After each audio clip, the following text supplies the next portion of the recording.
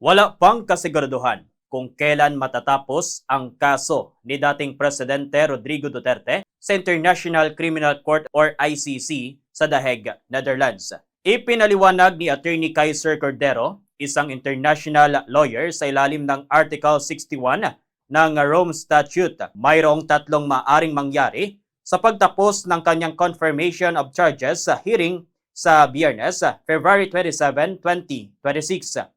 Una, maaari umanong i-confirm ng pre-trial chamber ang charges at sakaling mangyari ay sisimulan ang kaso sa trial chamber kung saan dito umano malalaman kung guilty beyond reasonable doubt si Duterte. Pangalawa, pwedeng i-confirm ang charges at mababasura ang kaso at makakauwi na ang dating Pangulo. Subalit may pangatlong opsyon pa ang ICC na maaring mag-adjourn at bigyan ng pagkakataon ang prosecution na magbigay ng karagdagang ebidensya.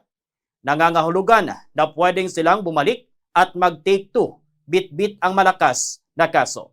Dahil dito, hindi pa maaring makalaya si Duterte, hindi tulad ng ibang kaso na kapag kulang sa ebidensya, dismiss na agad. Ngunit sa ICC, may pagkakataon pa ang prosecution na ayusin at palakasin ang kanilang kaso. Ang tinitignang umano sa isinasagawang pre-trial chamber ngayon ay kung may substantial grounds to believe na may krimen at may partisipasyon ang akusado. Hindi pa aniya ito final judgment na guilty or acquittal. After Friday, we're under the rules of procedure of the Rome Statute, the chamber shall issue an order, whether again, referring, declining, or adjourning for further proceedings.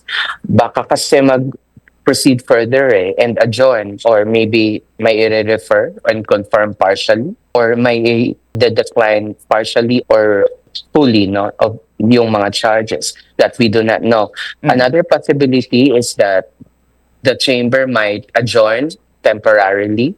Okay. But based on the proceedings I attended with the ICC, normally the charges are confirmed. This is only based on my experience, previous experience with appearing with the ICC. Mula rito sa Bombo Radio Kalibo nag-uulat si Bombo Cyrus Bailon. And this is Bombo Radio Philippines, the #1 and the most trusted source of news and information.